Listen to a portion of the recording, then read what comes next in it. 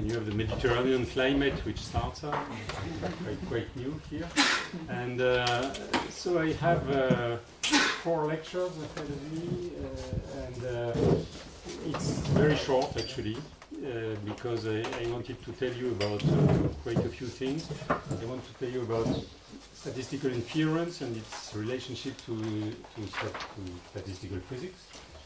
But also, while preparing the lectures, Giulio told me, and of course, you have to introduce to cavity method and the replica method. And I say, okay, I will do it, but you know, in 4 lectures, I don't know how I will do it.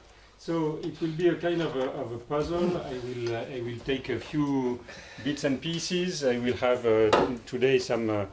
I will discuss a little bit some generalities about inference. I will tell you at some point about machine learning, about community detection.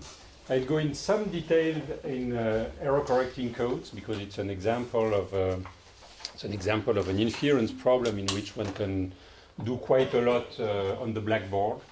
And I will also discuss, of course, the glassy phase, spin glasses, and also what is called now compressed sensing. So it will be a talk which has quite a few aspects intimately related to the most current trend in information theory also. Just so that I know before starting, who has not had lectures on statistical physics so far? Okay. Well, keep with me. It's easy. It's very easy. So let me just start by a few words of introduction. What is inference? What is statistical inference? Basically, I mean, in a very vague, very broad sense, and actually the meaning of inference can have many meanings. You want to deduce a model or the parameters of a model from data. So it's basically how you turn data into quantitative statements. And in the most restricted sense, you can have a probability distribution that you don't know the parameters of this probability distribution. You are sampling from this probability distribution, and you want to infer what are the parameters of the distribution. This is what you will find in most statistical inference books. But what will be the focus of my talk will be the case which is really the most modern trend in some sense, the case in which you have many parameters. I mean, it's not just that you have one parameter of the probability distribution, but you have many of them. So you have many unknowns, and of course you have many measurements. So it's typical, I mean, this comeback of, I should say that I think it was in 1991. There was a conference in maybe some of you were not born actually, there was a conference in Cargèse, and the title of the conference was From Statistical Physics to Statistical Inference and Back. And so it meant that already at that time there was a feeling that these two fields, two branches of science which have evolved quite in parallel direction but very separated, had to talk to each other. And the thing which is very spectacular when I have the book, I was there.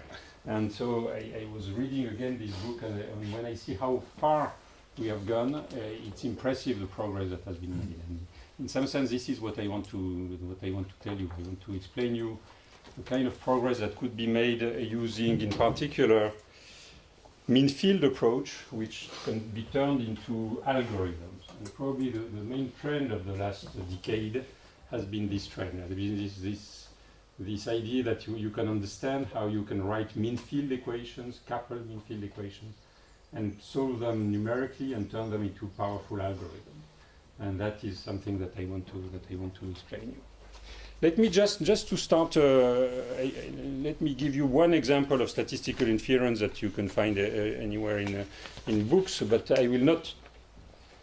Just to give an example of what I will not be talking about later on. Let's say, imagine that you have a big urn in which you have many marbles, and you draw 100 marbles.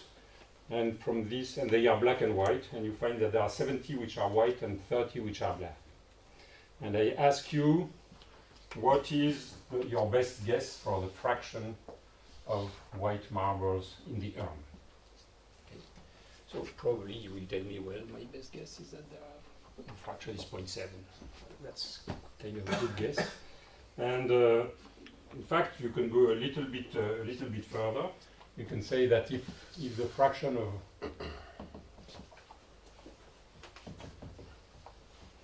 white marble is x, then of course if I draw 100 marbles out of the urn and I get 70 which are white, I get that the probability of having this outcome of the measurement, so the measurement is just picking up the marbles out of the urn, the probability is this one, and so you could define something which is called this is called the likelihood of x, and the log likelihood is equal to a certain constant that I don't care about because it does not depend on x, plus 70 log x plus 30 log 1 minus x. And if you plot that as function of x, find a curve like that. It has a maximum at 0.7. And it tells you that the maximum of the log likelihood is at this x star. And then you can start to do all kind of statements that you want, which is knowing this outcome of an experiment, what is the probability that the real x in the urn was not 0.7 but 0.6.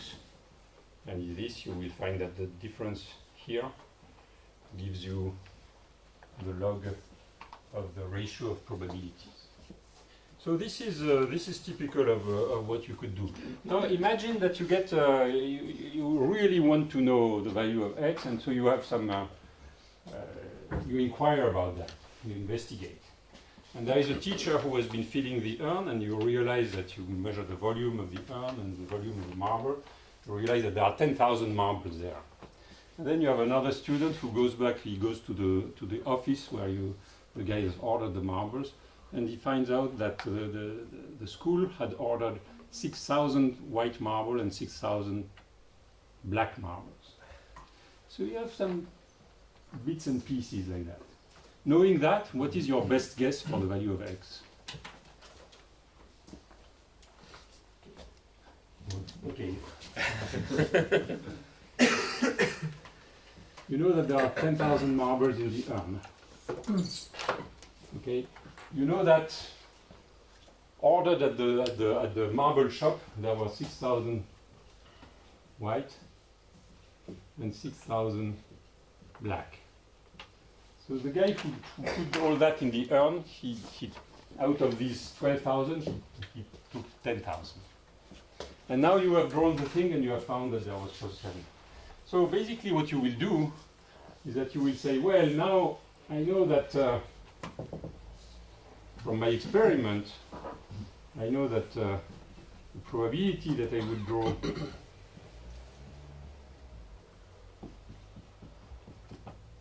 that I would draw 70 white marbles would be this one, up to some constant. I will very often use this symbol here to denote a probability distribution in which I don't write explicitly the constant in front. But then I have some other indication, and my other indication is that obviously, and this is called this is a indicator function. This indicator function it's equal to 1 if the statement which is here is true, and it's equal to 0 otherwise. I will also use that quite often.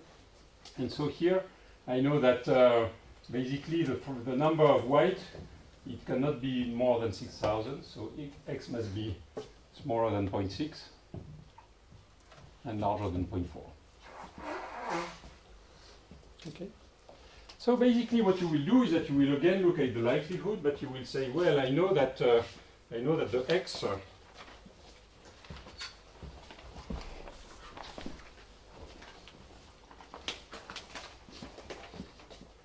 I know that x is somewhere here between 0.4 and 0.6. So I will look at the maximum of the likelihood, and it's at 0.6. And that will be my best guess. So, I mean, just a trivial thing, just to set the stage in some sense. What you do there, when you start doing this kind of investigation, when the police does, when it starts to investigate this thing, is doing a Bayesian analysis. That is, here you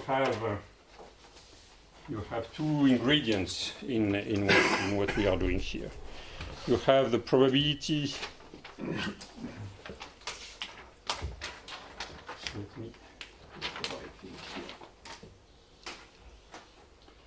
So here it's a probability of x given the data. The data here is having drawn 70 white marble. And here it's something that is called the prior. You have a prior knowledge.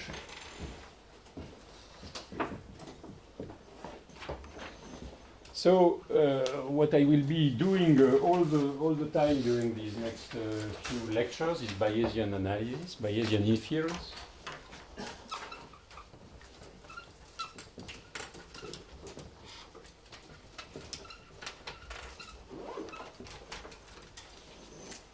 You have some unknown parameters x.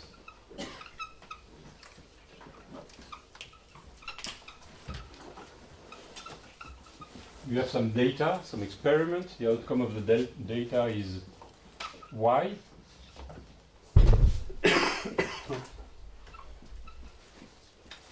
And you want to find you have the probability of y given x. That's how you generate the data from the parameters. The parameter can be the parameter of a probability distribution, or it can be unknown variable. We have many examples of that. And basically what you would like to do is to invert that. Is you would like, yes, please. Isn't that the other way around? Isn't it the probability of the data given x? Instead of probability of x given. You're right, thank you. But I will just invert it right now. That's good. So basically, you're exactly right that this is the data and this is the unknown parameter. And what you want to infer is the contrary. You want to infer what is the probability of x given y. What is the probability of the parameters given the data. And for this, you will use Bayes rule, the Bayesian inference. So I will write it this way.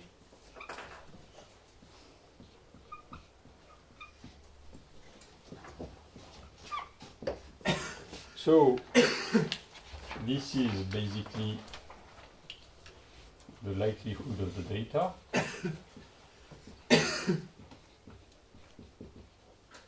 And this is the prior. And this is a normalization constant. Okay. So we'll be using that all the time.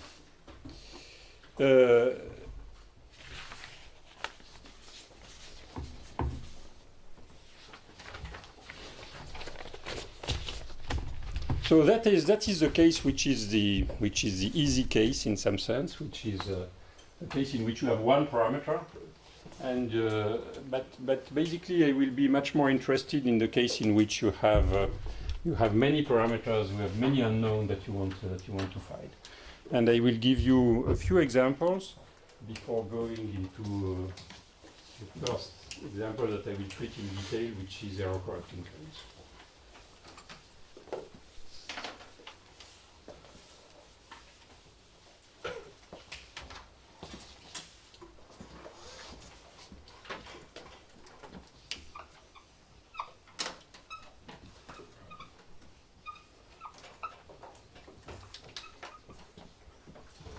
I'll just give some example of machine learning. We'll have a little bit of overlap, of course, with Chaim's lecture, but so Chaim will, I think, treat in detail the case of the perceptrog. So I will not treat it in detail, but I want to give you a kind of a global vision of what happens. I mean, a very simple vision of what happens in machine learning and in supervised learning. So again, you will have some input, and I will not use consistently these notations all the lectures, because each application, whether it is in neural networks, or whether it is in impress sensing and so on, has its traditional notation. If I change these notations, first of all, it will be a mess in my mind, and it will be a mess in yours very soon also. So each time you will have to identify what is X and what is Y. Well, that's easy. So imagine that you have a machine and you have some input. The input, this time I will call it psi, and it goes through a machine, and the machine has some parameters, and we could call them Y, and then I have some output, which is called Y. And so the machine could be, for instance, there will be examples, so the input and the output could be, well, some of the examples that have been that are being studied quite a lot in these days. This could be an image, and the output could be a statement on this image. For instance, you can have here an image of a handwritten digit, and you want a computer that tells you in the output that was a 5. So, so the image, it's a number of pixels. There are black and white pixels, and if it is 20 by 20, you have 400. You have the image is a vector of 400 pixels, 400 bits, black and white, for instance. Here you have a machine, and you want to have the correct output. So the machine as example of the machine, you could have the one that would be studied maybe today or soon by Chaim, which would be the perceptron, in which you have the input and then the output, and the output can be just a kind of function of sum over I wi psi I. That's called the perceptron. That's the simplest, one of the simplest possible machines. So you have the input. These are the various pixels of your image. Here you have some weights. So the weight coming from associated with the input number I is wi. You do a weighted average of the incoming pixels with some weight w. You apply to it some function, a nonlinear function in general. So in this case, it could be whatever. I mean, you can invent. There are many types of functions that are being used in the literature, but for instance, it can be a sigmoid function, like a hyperbolic tangent. It can be just a sharp sine function. It can be what people call the rectifying linear unit, in which is 0 for negative input and which is linear for positive input. Any kind of things. You can play with that. And this gives you the output. That's a simple perceptron. Now you can have also more complicated machines.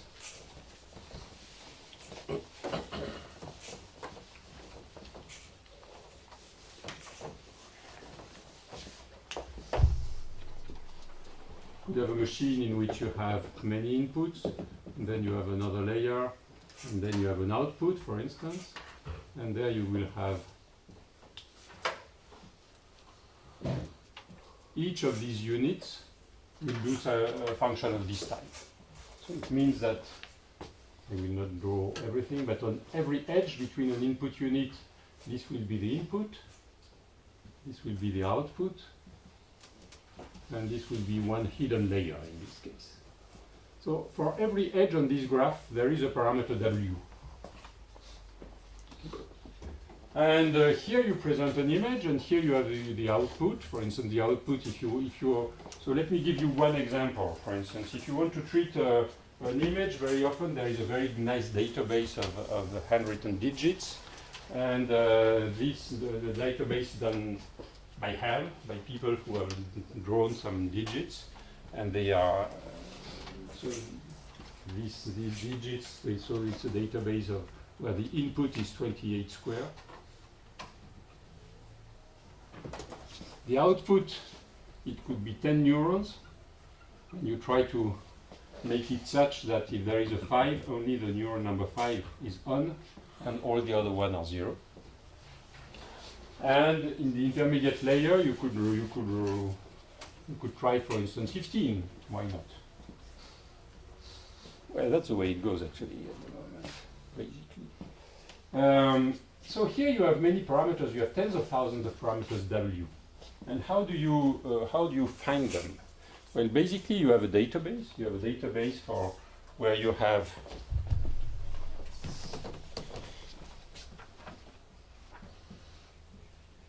a database is a series of inputs and outputs. Input is psi, sorry. Psi mu, output y mu.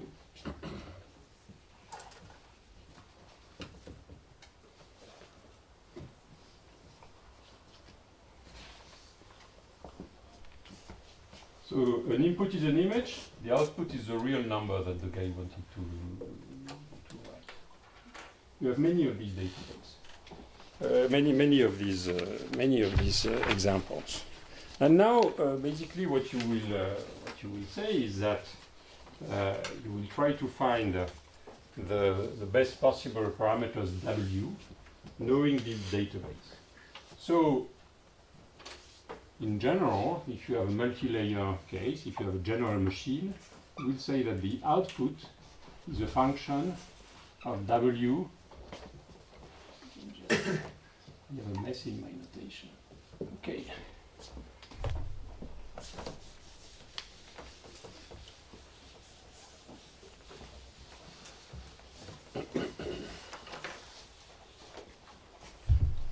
And so you will have now, with the database, you have a certain number of examples of this type, and you will try to infer what is the probability of W given the data.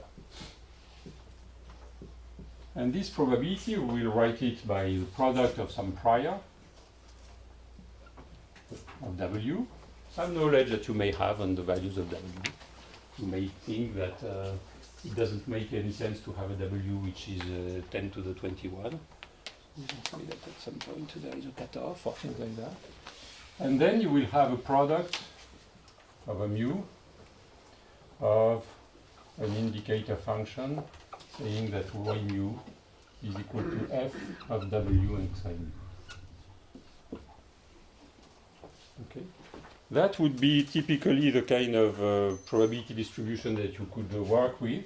And maybe in some case you could have an alternative to that. If there is noise, you could say that there is also a possibility of a noisy version. And in the noisy version, for instance, if you have a Gaussian noise, you will say that it is something of this type.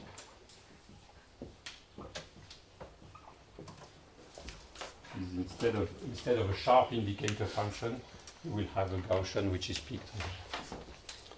So now you start to go somewhere a bit closer to statistical physics. You have many variables here. W contains many parameters, W1 up to Wn. Tens of thousands, millions. When people do this thing with deep network, you hear a lot in deep network, you can have 1 million parameters in that you want to learn. And you have a very large database. And so basically you will soon go into the, sorry, there is a sum of a mu here. I mean, there is a factor like that for each measurement. And so basically you will enter the statistical physics regime in the case where this number of variables becomes very large and the number of measurements become very large too. And basically we will talk a lot in the following, in the cases in which here you have m measurement, and I will talk very often on something which is a thermodynamic limit. Thermodynamic limit means that n goes to infinity, m goes to infinity with a fixed ratio m over n fixed.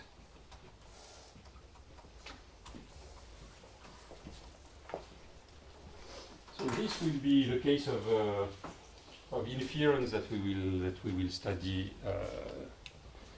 in the next 3 days. I will skip the planted linear perceptron in the case if you, I don't know if you treat it or otherwise I will do it tomorrow, but you will do it now, okay? And to tomorrow. Okay, whatever. And I will go to another example, which I want to give you some introduction of, which is another. So this part will be mostly, I think, you will hear about all these mostly in the other lecture. But I wanted to show you how it fits in the general framework that I will be using. And let me give you another example of inference that I will study in more detail, which is compressed sensing.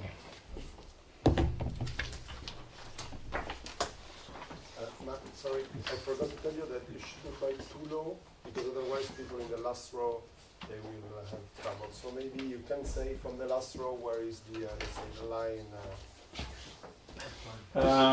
Who could not see the thermodynamic limit? Okay.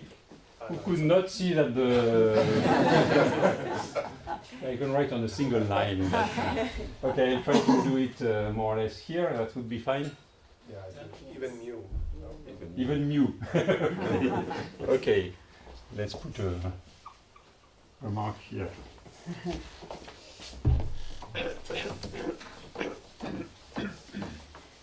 Sorry, so what, sorry, so the thermodynamic limit.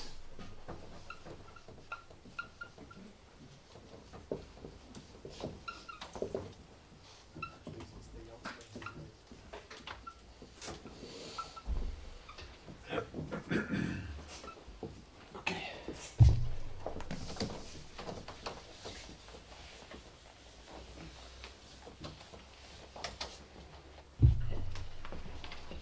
Okay. A few words about compressed sensing.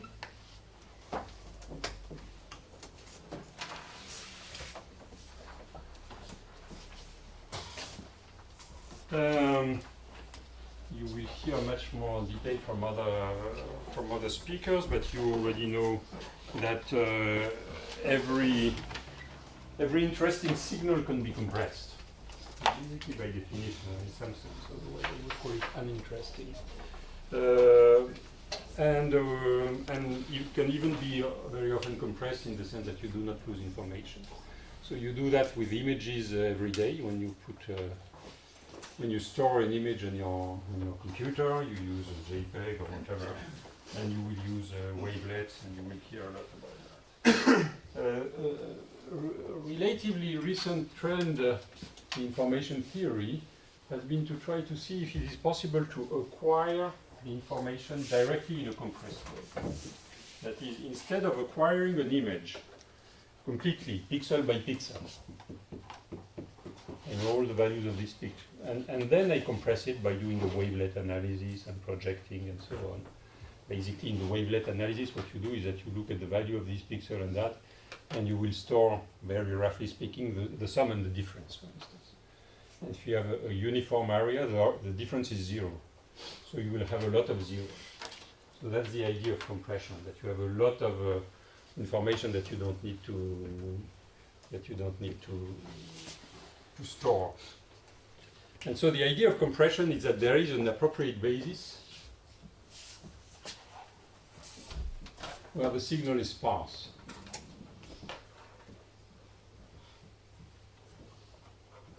It means that a lot of its components are zero. So in a natural image, that's what you are very close to zero. In a natural image, at the basis of wavelets, because the difference of neighboring pixels tend to be very small. Because they are like this image here. These two pixels are blue. The idea of compressed sensing is, instead of acquiring all that and then projecting onto the basis, is it possible to acquire the signal directly in a compressed way? And so, for your pictures, for your vacation picture, it's not very useful, because in the end, what you do is working well, and having an intermediate step in which you store all the pixels is not such a big problem. But there are many other cases in which acquiring directly, and this is called compressed sensing, acquiring directly the image, the signal in general, in a compressed way.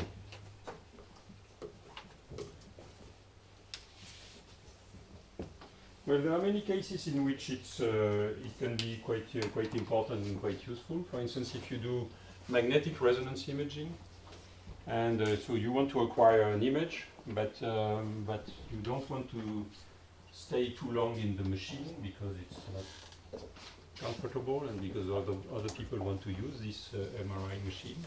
So if you can speed up by acquiring directly the image in a compressed way, that's very good. One example. If you want to transmit a signal from a satellite, again you have bandwidth and you use the energy for that, and you want to do it fast.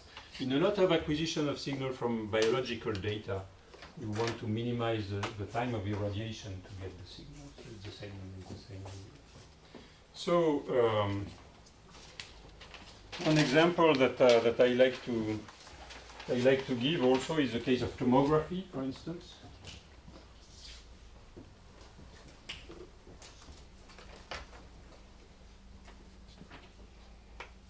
I played the game not to have slides, so you will have to use my drawings. So imagine that you have a binary mixture of two materials. And you have a growth pattern in which you have one of the materials which grows into the other one, and it does things like that. So you have the black and the white material, and imagine that you have a sample like that, and that you want to know the composition of this sample. So what people usually do is that they go to the synchrotron, and they shed light on that. So you will have a synchrotron light, and the synchrotron line you put. You have the light source, that's the synchrotron. Here you put a camera, and you measure the light on each of the pixels of the camera. That's a slice of your sample, but you can do it simultaneously in the bulk. And basically the light that comes in here, that will be one component of the output of the measurement. That would be y mu. That's the measurement number mu, it will be y mu. And y mu will depend on the absorption of the light along this ray. This absorption, assuming that the two materials don't absorb light with the same intensity, this signal here will tell you what is the fraction of black and white along this ray. Okay. And the problem is to reconstruct the full pattern. And of course, the traditional way is the following. That imagine that here I have L pixels that I am measuring. Of course, if I do one single measurement like that, I cannot reconstruct the whole material because I know that there is 30% of black along this line, but I don't know where it is. So you have to do measurement at various angles. So basically what you do is that you take your sample and you rotate it, and you take a lot of pictures. And basically what you find is that if you take L pixels, L measurements at different angles,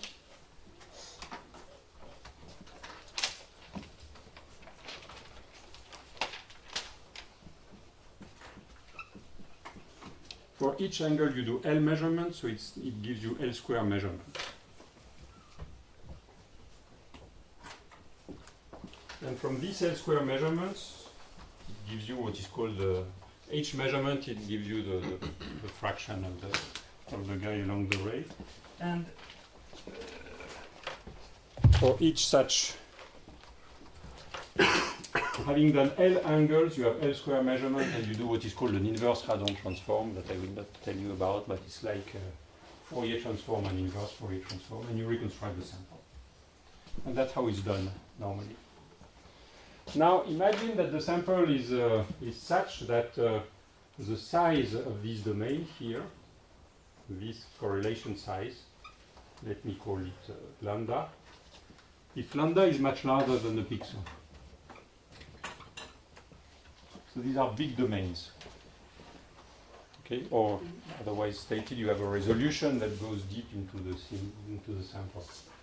So it is clear that the information content of such an image, it is not L square bits.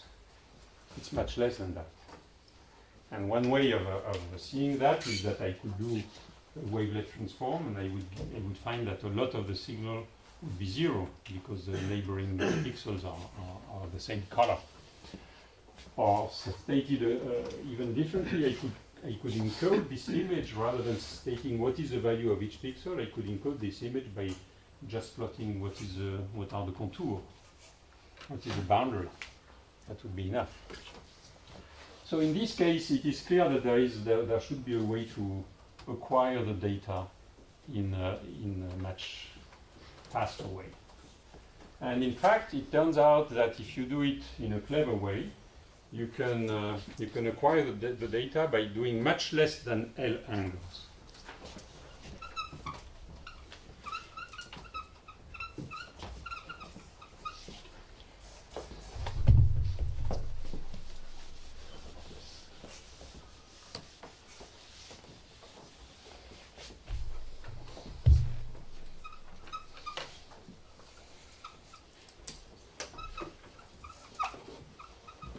And how do you do that?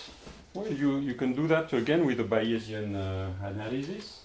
So imagine that my pixels, I denote them by sigma I, and I will often use sigma I that are plus or minus 1 because I'm used to spins, but could take 0, 1. Plus 1 means that it is the black phase, and minus 1 means that it is the white phase. And basically I have a certain number of measurements. The measurement mu gives me the sum for I in some set which I call d mu of sigma I, and d mu is this thing here. I look at all the pixels which are here. So d mu is the set of the pixels along this line. And basically each measurement gives me a sum of these spins. And I have a number of these measurements.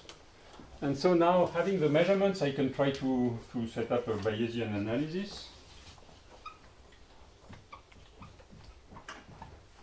And I will try to find the value of sigma given the data. And I will have a product of indicator function that y mu has the correct value. And then I should have some prior. Because of course, if I want to play this game, it makes sense only if the image can be compressed. So I need to put this, I need to add this input, and this will be in the prior. If I have an image that is just, each pixel is randomly chosen black or white, there is no other way than doing the L-square measure. But if I have an image that can be compressed, then I can use the trick. And so in my case, I will use a prior, for instance, that tells me that neighboring pixels, it's more probable that neighboring pixels have the same value rather than opposite value. And for instance, I could say that I put that in some kind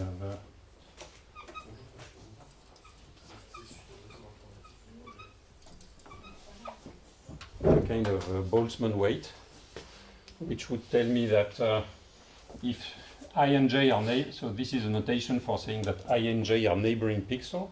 I look at two neighboring pixels, and I say that if sigma I, sigma j is positive, means that they have the same value, then it's more probable than if they are negative.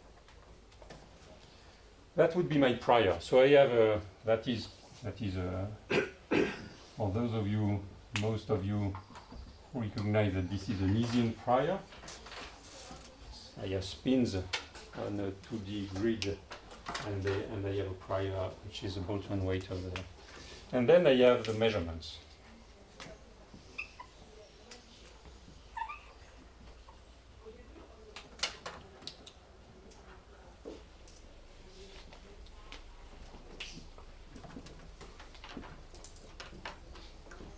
And then there might be several cases.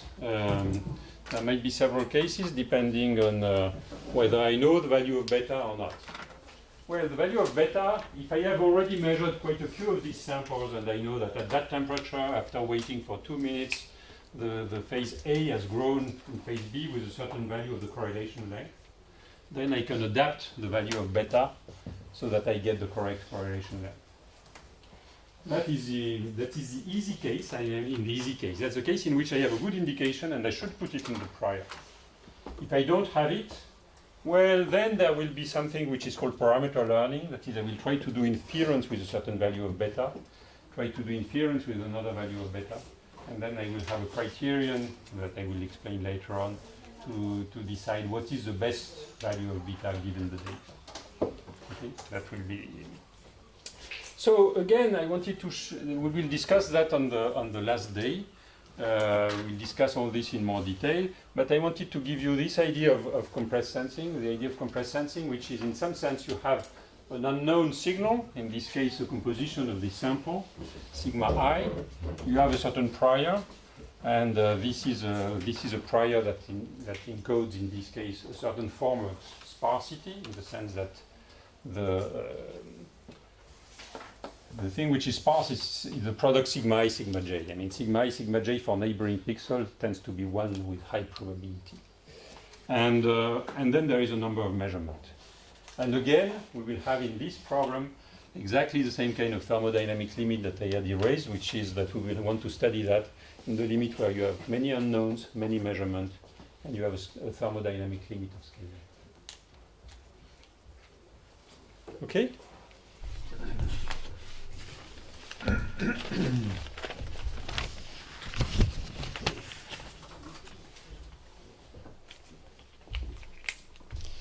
Okay, let me skip the perceptron and go to the core of my lecture of today, which is error correcting code.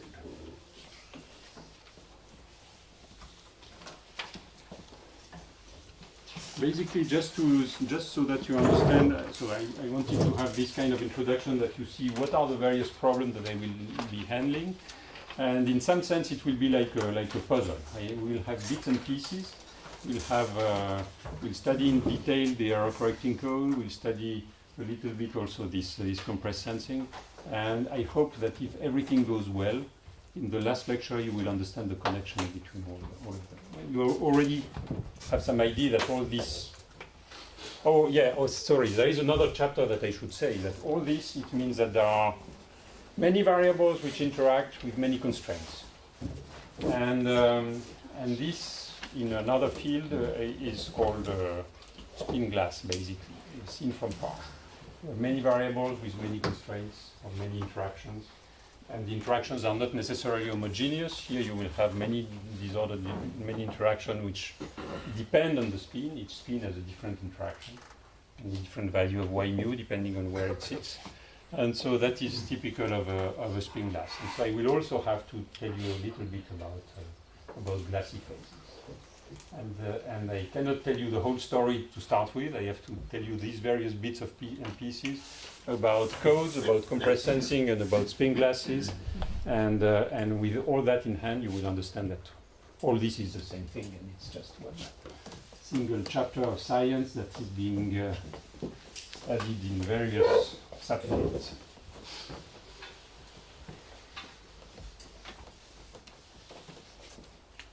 Okay. Now I want to start the real life by going to error correction codes.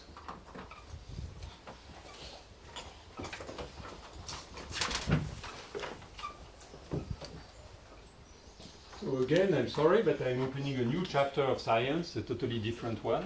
This one started right during the World War II. Or basically after the war. Claude Shannon, who had been working on cryptography during the war, had thought a lot about what is information, how you measure it, how you compress it, how you transfer it. And he produced a wonderful paper, Mathematical Theory of Communication. And that's where course, there are always precursors, but that's really the official starting point of information theory. And so it's different from what all the things that I have told you before, but again, I hope that it will become clear on Thursday at least that all these are intimately related. So the idea of Shannon is the idea of trying to establish a mathematical theory of communication. And so you have, basically the first thing that you have to understand is that communication is possible only with some process which contains an encoding and a decoding. Why is it? Because communication is always through a channel, and the channel always has noise. That is, when I talk to you, and there is noise in the room, and there is someone who speaks to his neighbor, and so on. So you cannot hear every single thing that I'm saying. And also I'm not pronouncing quite well. There are some mistakes in my English and whatever. My accent is terrible. And nevertheless, hopefully you get something out of what I am saying. So why is it so? It is so for several reasons, and it's so because of redundancy. The thing that I am doing is, first of all, I'm using a language which is a natural language. Natural language is redundant. I mean, it's not that every single letter in the English alphabet, when you use a word in English, it does not convey the number of bits which would be the statistical one if they would be drawn uniformly. It's much, much less than one. Remember that. It's less than 2 bits per letter. So it's very small. So the redundancy of the language is extremely useful. It tells you that if I mispronounce, instead of extremely, I say extremely, you're correct. You're correct because the word that you know that looks like extremely, it's immediately extremely. So you have this spontaneous correction that you have never thought about, which is just built in the language. The other way that we can communicate and I can convey you some information, which is not blurred, it's first of all the language, and the second part is the fact that I am saying many times the same thing. I've already told you 3 or 4 times that I am sending redundant information and so on. And in fact, I think that's one of the target of a teacher is to try to analyze what people are thinking, what they are getting, and to repeat when they see a small signal in the eye. In general, people don't dare to say, well, I don't understand. Maybe, but you can, of course. But in any case, the thing that I will do, and that we all do, is to listen and to try to rephrase it in a slightly different way, but giving back the same information. So that is the basis of communication. So the idea of the formal framework that was developed by Shannon is the following: you have an initial message, we'll encode it, and you will turn it into a series of bits. For instance, x is x1 up to xn. You have n bits, and xi will be in 0, 1. Sometimes I will switch to plus or minus 1, but okay. And then you have a channel. At the end of the channel, you get something which is called y. It's a sequence of symbols. And then you will have a decoder.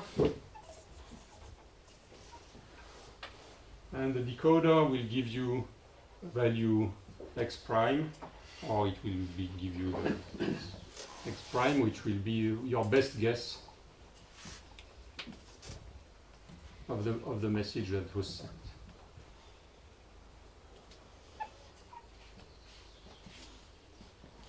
And so, just to give an idea, imagine that I have. So the simplest thing that we do, as I say, it's the idea of encoding and decoding is adding redundancy, as I said already 4 or 5 times now. So just the simplest example is the following. Imagine that I want to send a bit x equals 0.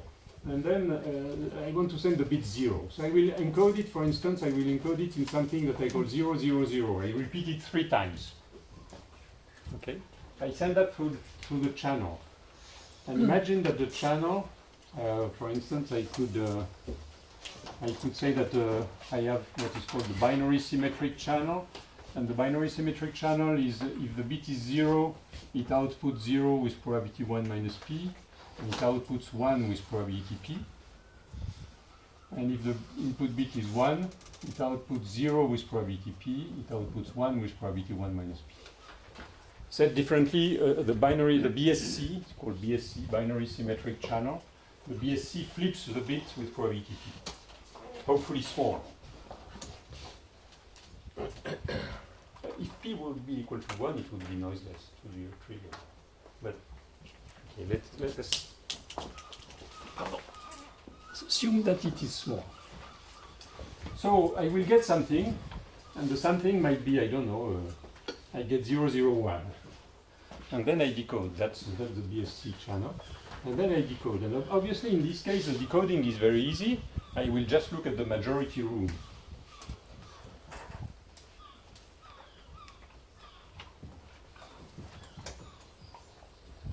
And I will say, well, I got 2 zeros and 1 1. I know that the guy has transmitted 3 times the same thing. So my best guess will be 0 0 0. So I will have corrected the error. Okay.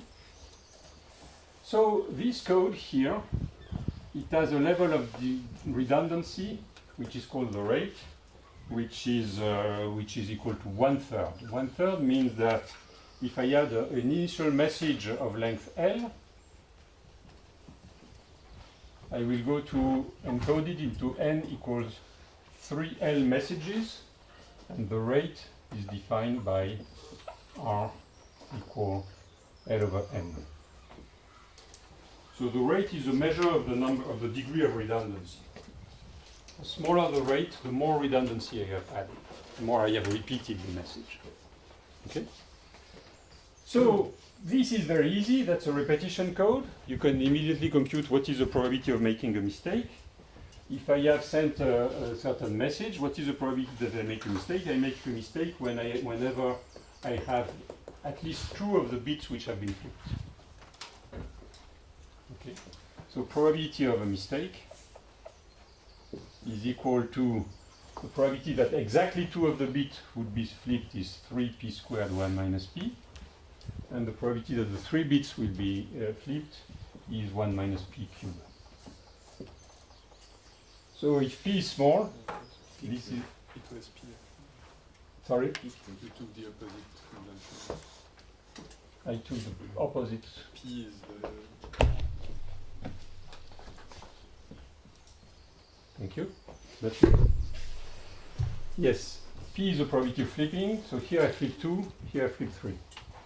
And so this is 3p squared for p small.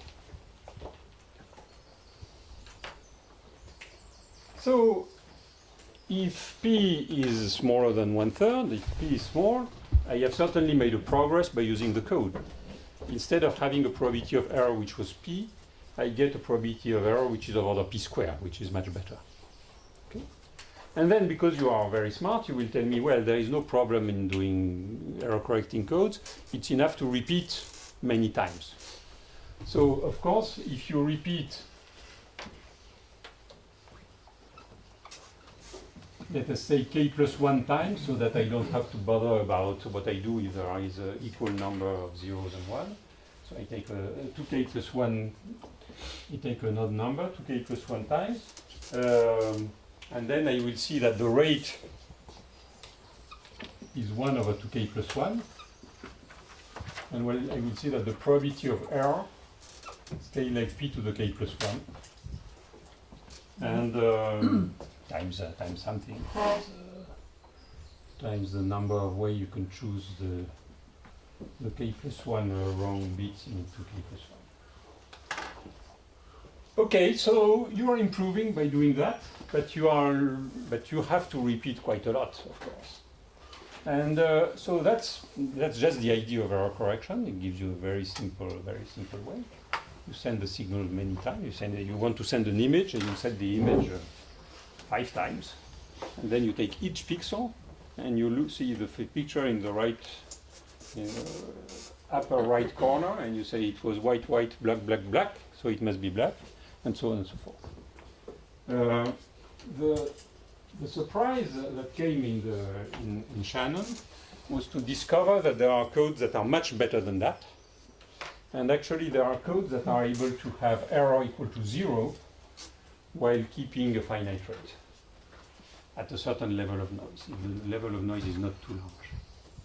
And so that is a story that I want to tell you a little bit about. These are called Shannon codes. And then I will tell you about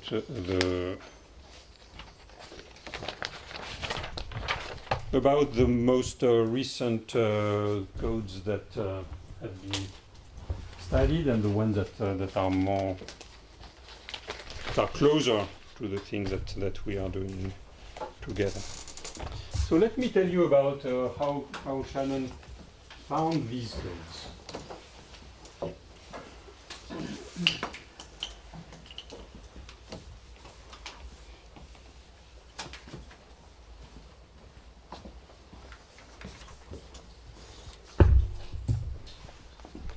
So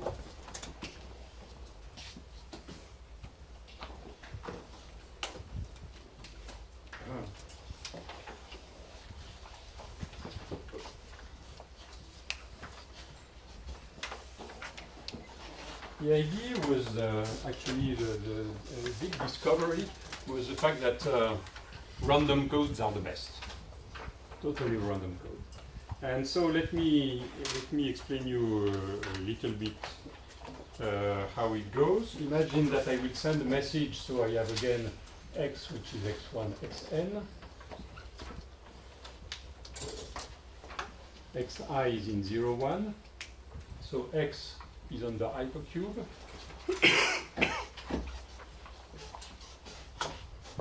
And now the idea of coding can be phrased in the following way. On the hypercube, I will select, so I have a hypercube. I will just draw a cube, that's enough for me. And on the hypercube, I will select some special messages, that's the one that I'm allowed to send. And I agree between the sender and the receiver that I will send only these types of messages. For instance, I will send messages in which I have always repeated the bit 3 times. So if I want, in this case, if I wanted to send the message 00, this one, I know that I will send it in the way 0001110000000, for instance. So I have a kind of rule that decides what are the messages that I'm allowed to send. Okay. This is called a code book.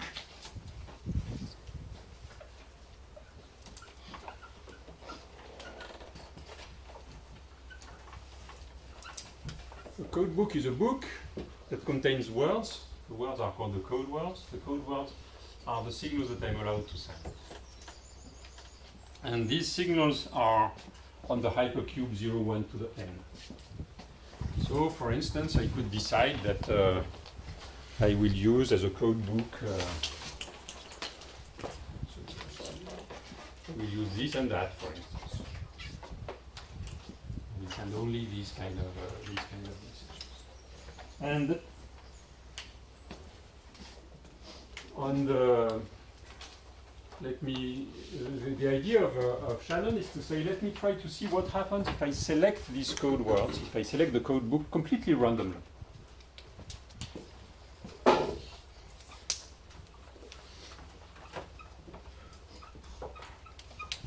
So it means that the code word, I will select 2 to the L code words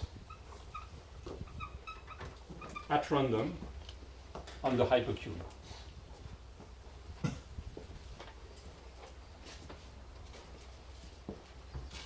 And then I will send these code words through the channel, and I will get something at the output, and from what I observe in the output, I want to find back what was the code word that I had sent. So there are two ideas that are resonating quite a lot for people who have done statistical physics in this idea of Shannon. The first one is the idea of disorder, that is, you take just a random thing. You know, it's the most dummy thing you could say. In fact, there are beautiful codes. I should say that there are. Coding theory is a wonderful chapter. I mean, it does not stop in the paper by Shannon. Since then, there have been decades of very smart work that has been done, going through Galois theory and so on, and beautiful mathematics. But in some sense, the Shannon idea was the simplest, and in some sense, but I will come back to that, the most efficient one, which is just to use a random thing. But then if it is random, it means that you are not studying one code, because it doesn't mean much. It means that you have to study the ensemble of random codes. So there is, these two words are very important here. It's random, and it is an ensemble. Okay. So I will basically, what you can do is study the performance of a typical code that you draw at random from this process. The process is to generate a code book. Okay? You take the hypercube, 2 to the n points. Among these 2 to the n, you select 2 to the l. And of course, the smaller L, the more sparse is the code book, and the more likely it is that you make no error. And so actually the rate in this case is L over N. And let me try to do a small computation to see how this performs.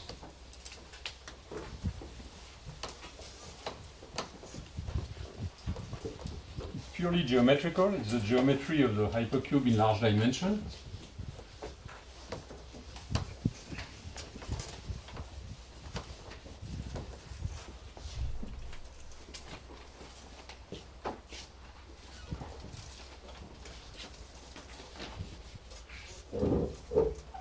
Okay, let me look at this hypercube, and I look at the code book, and I am sitting on the origin point, on the point which is 0, 0, 0, which is this guy here. Okay. And I would like to ask the question: what is the number of code words that are at a certain distance from this point? Okay. Distance, for instance, the distance is just how many bits you flip. So this one is at distance 1, and this one is probably at distance 3.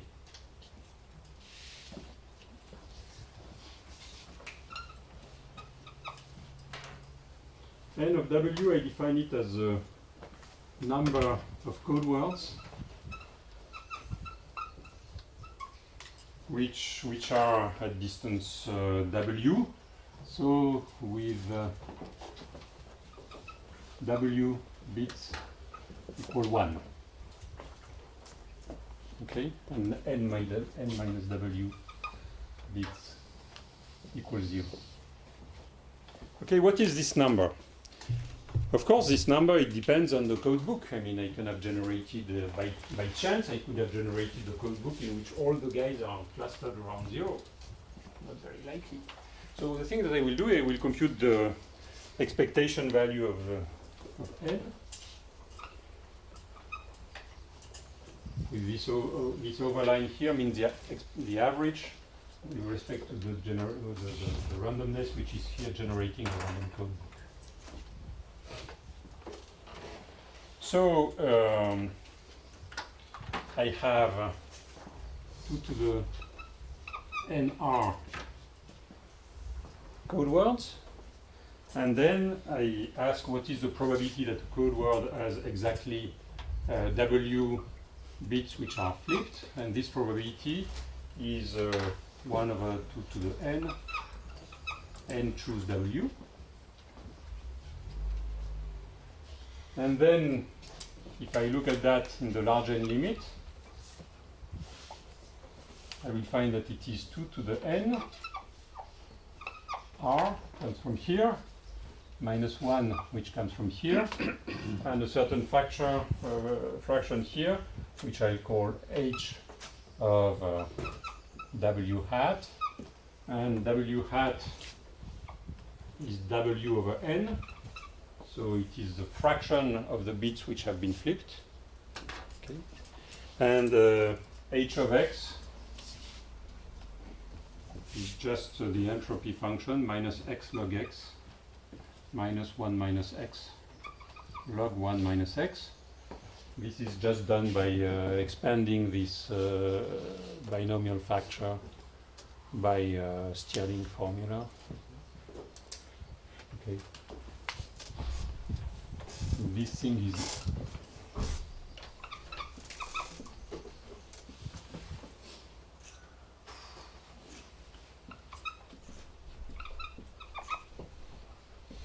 you take this factor and you expand it by saying that by applying this formula here, and you get that. Okay, no need to expand in more detail. Or tell me, don't take 30 seconds, so don't hesitate to tell me if there is a necessity to do something in more detail. And then I can plot what is the value. So the number of code words at a certain distance, so W is NW hat, the intensive distance, and H of x.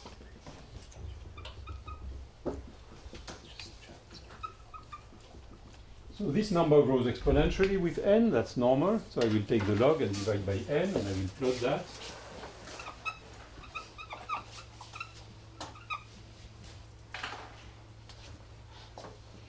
And I plot that as function of W hat, the fraction of flipped bits. And I find something which goes this way. That's the curve minus x log x minus 1 minus x log 1 minus x. It is shifted by a factor r minus 1. So the maximum is here at r. It is symmetric around 1/2. And it goes to 0 at a certain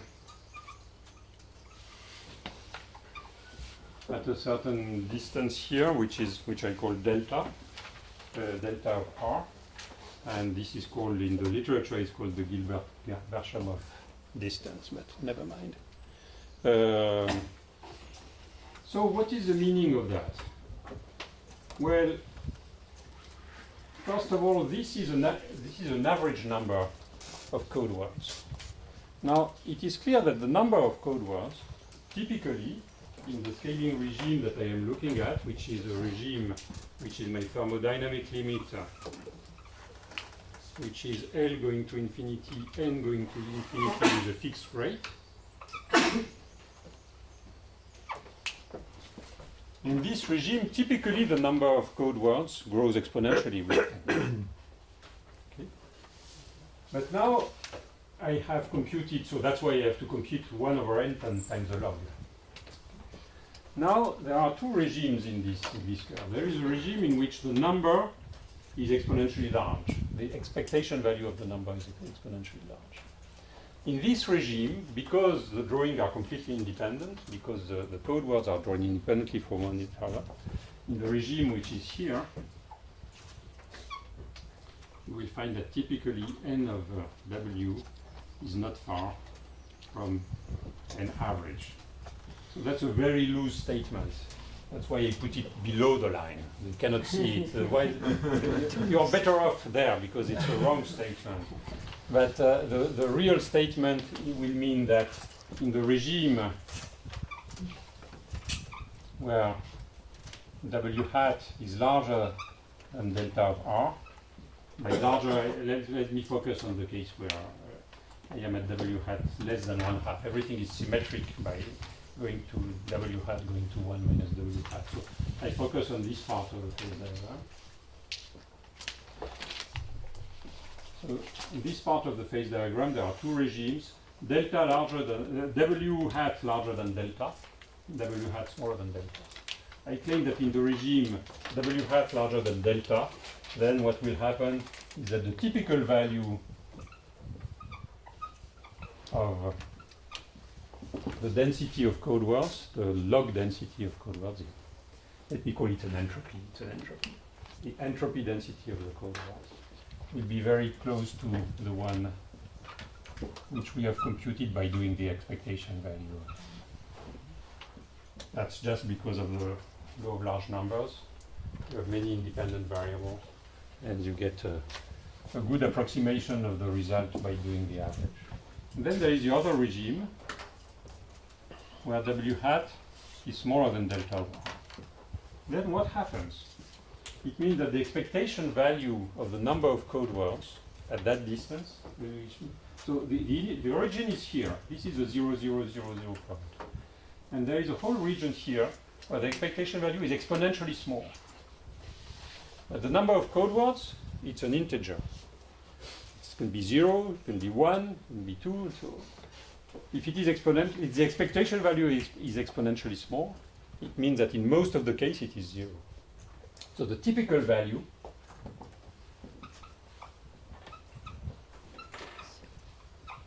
is n equals 0. Exceptionally, there will be a sample in which there is a guy there. So there is something amusing on the hypercube, that if you draw points randomly, seen from the origin of the cube, you have a region where there is nobody. Now that's cool, because that's exactly what you need for a good error correcting code. Imagine now that I have, imagine that I use it on a binary symmetric channel.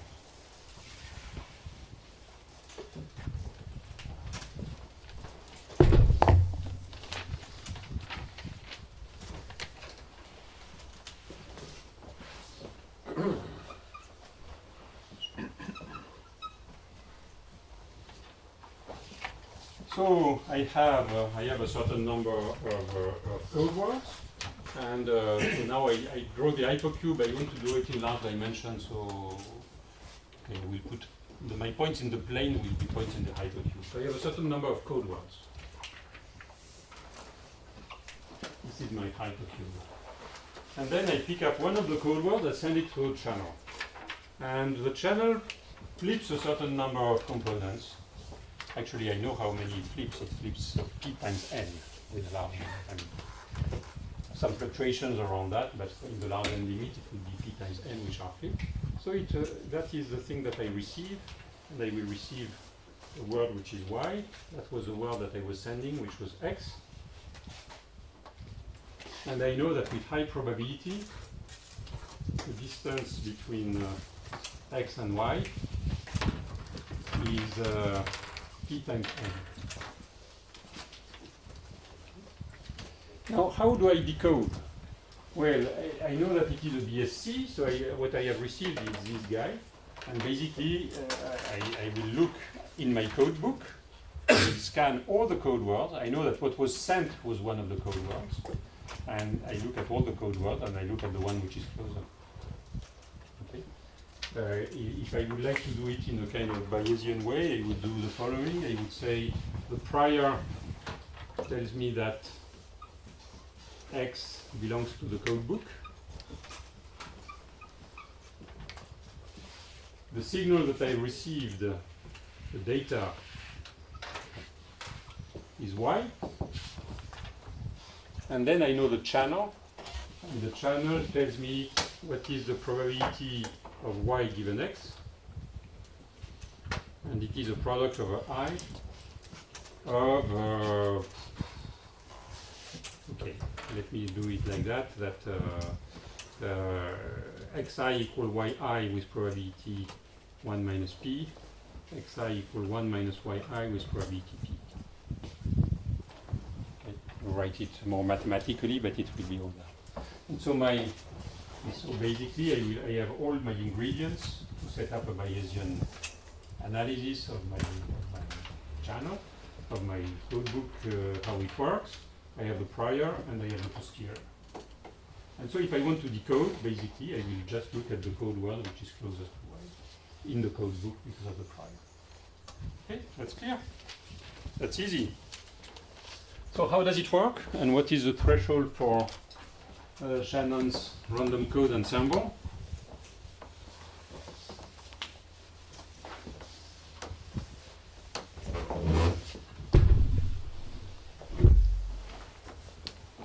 Let me look at the number of code words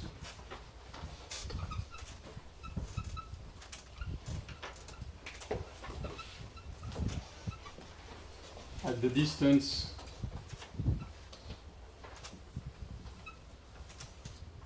d over n from y. Okay.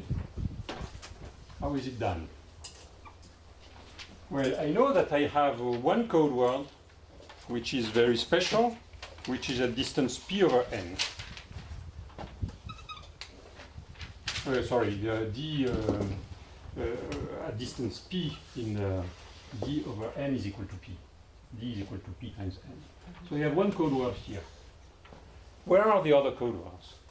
Well, basically the computation that I have done, so now I'm sitting on y here, and I'm looking at the code book.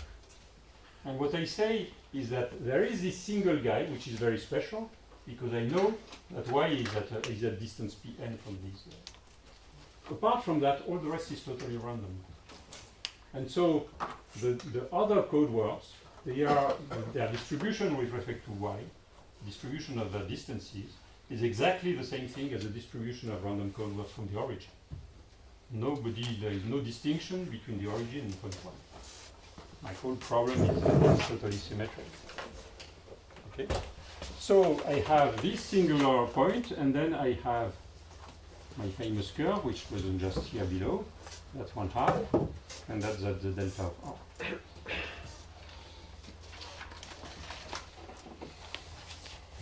So that is a very favorable situation. If p is less than delta of r, then it's okay. It is clear that in this region here, there is only one guy. He is the closest, and with high probability, I've said there is no other code word. So decoding is fine.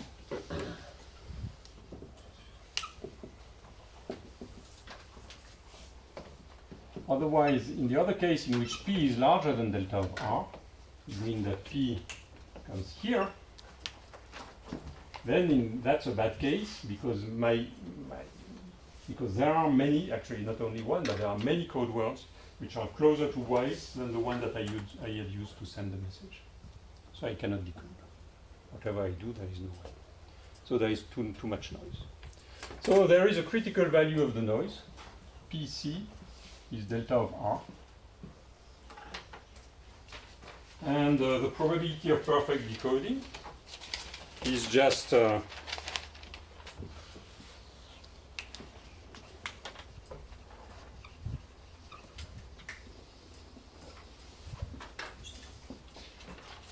function of p.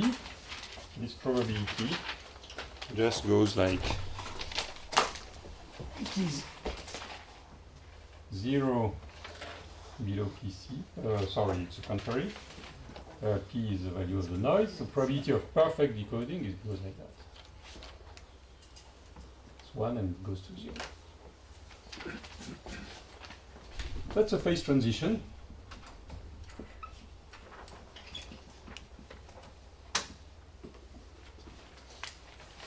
And so what we have done is that we have built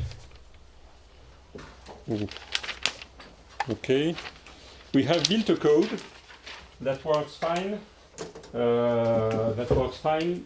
when the noise in the channel is less than PC. This is called Shannon's threshold.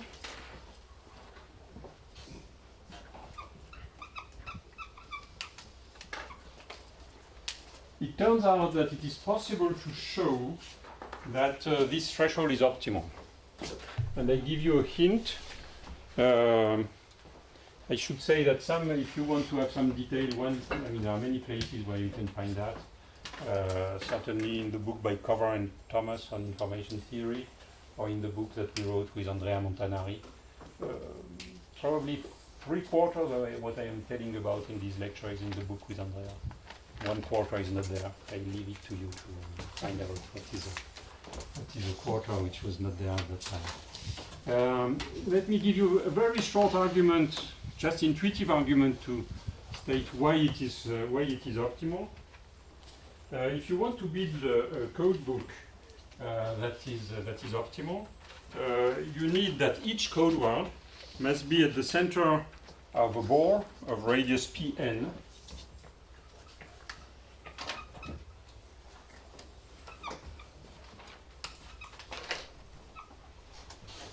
where there is no other code book, no other code word. That's clear. If you want to decode exactly with a channel with a noise level P. Okay. So if you want that to be possible, you can look at just a packing argument. The packing argument is the following: you have 2 to the nr code words, and you can say what is the volume of this bore. And that should be less than the size of the space. Just packing. Okay, you need to have basically for each of these guys, you need to have a bore of radius Pn, which contains nobody else. You do this packing, you compute the volume of the bore, and you find that the volume of the bore is 2 to the n h of p, and you find that r plus h of p must be less than 1, and so it tells you that p must be less than delta of r. It's very qualitative, but you go in the books and you find some more quantitative arguments, but it gives you basically the p. So this is Shannon. So it is perfect. I mean, Shannon gives you not only one code, but a whole family of code.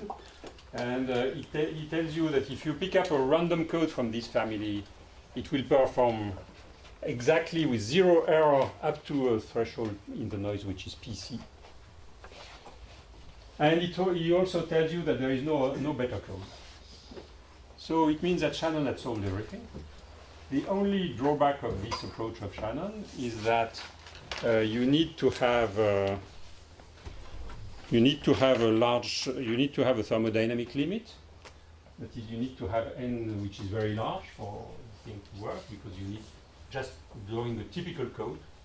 Of course, it means that you would like to the very rare codes in which these guys are clustered or whatever would not be likely, and the decoding is terrible. The decoding is terrible because the only way that you can decode is by looking at the code book. And you have to look at you have received Y, and you have to look in the code book what is the distance of each single code word. So the decoding, you have to look at the 2 to the nr code words.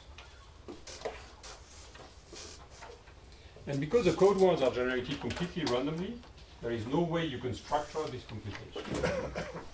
So you are just done. So it's an exponential algorithm. So it's typical of what we will encounter. We'll find a situation in which there is an optimal. It is well defined.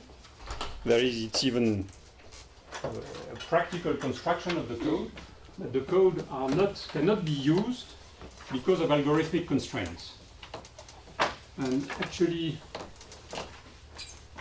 this is a very important ingredient of all what we have to tell. It's another completely different chapter of science, but strongly related. It tells you that you have to pay attention to the computational complexity of what you are doing.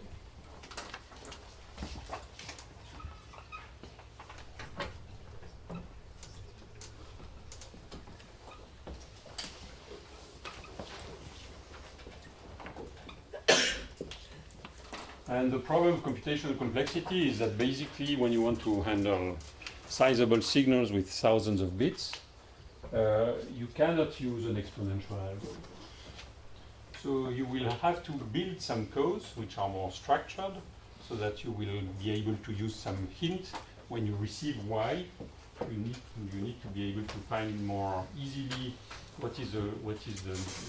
which one is the code word which is closest to Y, and this needs structure, but then you will lose something. And what we will see is the following.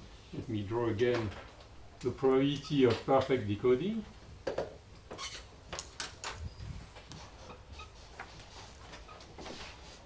We had seen that with Shannon, and that's as a function of P, noise. With Shannon, we had found that the perfect decoding goes up to a certain value of delta. There is no other code that does better than that. But this code is beautiful, but it is lousy, and you cannot use it in practice. And the idea will be to construct family of codes, again, other random families of codes which are more structured and which are able to get closer to that. And what we will see is that there are families of codes in which you can have, basically you have two phase transitions, so this is 1 and this is 0. And you will have families of code in which you have the theoretical performance of the code, and typically it will be like that.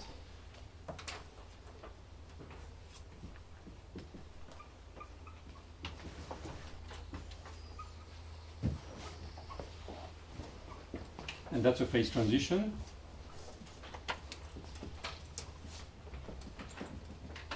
In general, it's just it's geometric in nature. It is geometric in nature if you think of the BSC, because it tells you typically properties of distances between the various code words. And but you will have another threshold which is very important, which is the algorithmic threshold.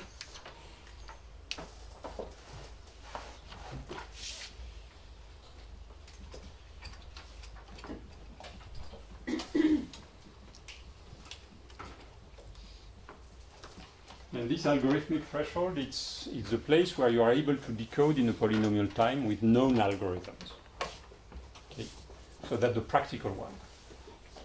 And a lot of the things that have been done in recent years on error correcting codes has been to try to find families of codes in which this guy gets as close as possible to the Shannon threshold. Shannon is just the optimal. He has shown that you cannot do better. And you have an algorithmic threshold and you would like to push it. And I will tell you tomorrow about families of codes which are quite successful in doing that. And they are based on interacting spin-like variables. And we will be able even to compute the thresholds. So it's a first example of an inference problem. So I hope you have understood that it is part of the general statement of inference. You have a prior. Here is the code book. The sender and the receiver agree on the code book. They have the same code book. You have a signal, the data, which is what you have received. And knowing the data and the prior, you want to construct the most probable signal that was sent, what is the most probable value of the signal that was sent. But I have added one more ingredient that was not there in the initial Bayesian thing with the urn and something like that, is the fact that you have many parameters. So I do not want only to be able to reconstruct it, but I want to be able to reconstruct it in a way that my computer can handle. And so I have this extra constraint, which is computational complexity. And that will be at the heart of what we are doing. It's at the heart of what is happening when you do inference with many variables. You have these two thresholds. You have a theoretical threshold and you have an algorithmic threshold. In some sense, in Shannon, the theoretical threshold is here, but the algorithmic threshold is just 0. It doesn't work at all. And with more structured code, you have to be able to compute these two thresholds in order to squeeze this window. Can I stop here? Is it the right time? Yes. You have questions? Time. If the algorithmic threshold will be from perfect to 0 or from will be some almost perfect? Before So we will see that there is Before the transition. all this is a theoretical phase diagram, so that's the phase diagram in the thermodynamic limit, would be 1 to 0. and it will be 1 to 0. Okay. And but of course there are finite size corrections. No, but in the thermodynamic limit, it The is thermodynamic limit is a threshold that goes from 1 to 0. It's a sharp threshold. But of course, on top of that, if you use in practice a code like this one here on a finite size sample, you will find that it has a curve like that, of course, with finite size scaling and so on.